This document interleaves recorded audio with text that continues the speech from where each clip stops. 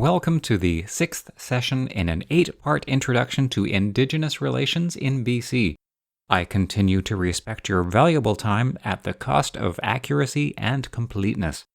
In this session, I'm going to give you some context about treaties and other agreements between Indigenous and other governments.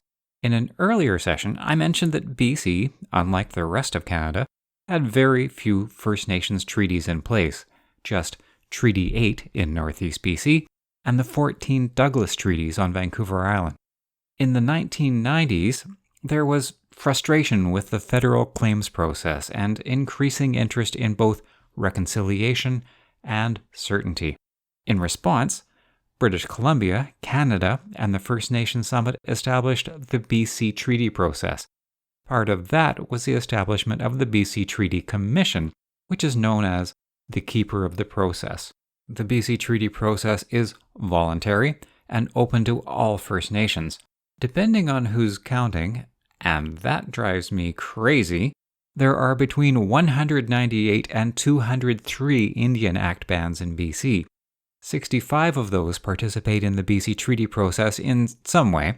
However, only 3 treaties have been implemented under that process, involving a total of 7 bands.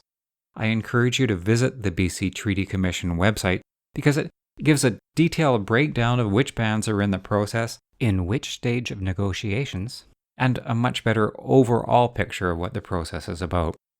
I should note that the Nisga'a Treaty in Northwest BC was negotiated separately as the BC Treaty process was put together. Modern treaties are constitutionally protected government-to-government agreements. In theory, they don't extinguish Aboriginal rights, instead they replace them with specific treaty rights, and I will acknowledge that's a controversial statement. In addition, some land within the First Nations traditional territory is transferred to their ownership, along with a cash settlement. BC provides the land, the federal government provides the cash. But in my opinion, the most important thing is that treaties move First Nations out from the Indian Act into various forms of self-government. Now, some First Nations have negotiated their way to self-government outside the treaty process, like the Sea-Shelled Indian Band, which now owns and manages its former reserve lands and administers its own resources. And I will also acknowledge that the BC treaty process has been criticized as expensive and lengthy. And that's all arguably true, but at this point, treaties are unique and important because of their constitutional protection, which means that they can't be varied easily or unilaterally by federal or provincial governments. One side note, there was at least one unintended consequence of the process. It required participating First Nations communities to file their statements of claim. That meant, in part, drawing their traditional territory boundaries on maps, and I've heard First Nations communities blame friction between each other on that aspect of the treaty process. So, as an example, several communities might use the same area for hunting on a cooperative basis, but all would feel obliged to claim it as theirs in the treaty process, rather than risk losing access. When Front Counter BC identifies which First Nations communities may have Aboriginal interests in a specific area, one of the things they rely on are those statements of claim. So, what does that mean for non-First Nations people in an area covered by treaty? They'll have a greater level of certainty about the security of investments in the land. They'll be able to refer to the treaty final agreement document for defined treaty rights as opposed to undefined Aboriginal rights.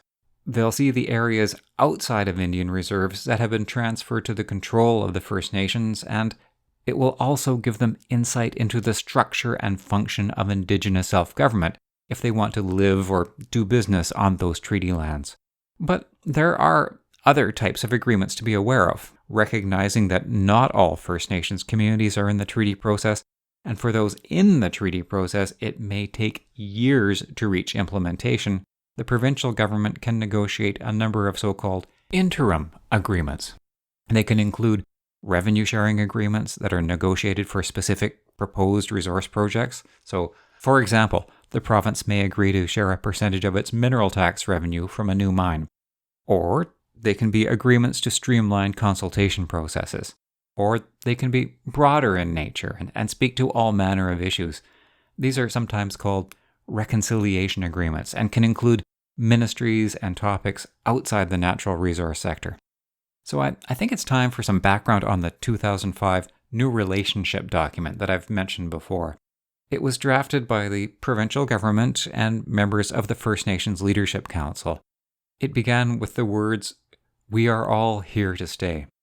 And it focused on closing the socioeconomic gaps between Aboriginal people and other British Columbians.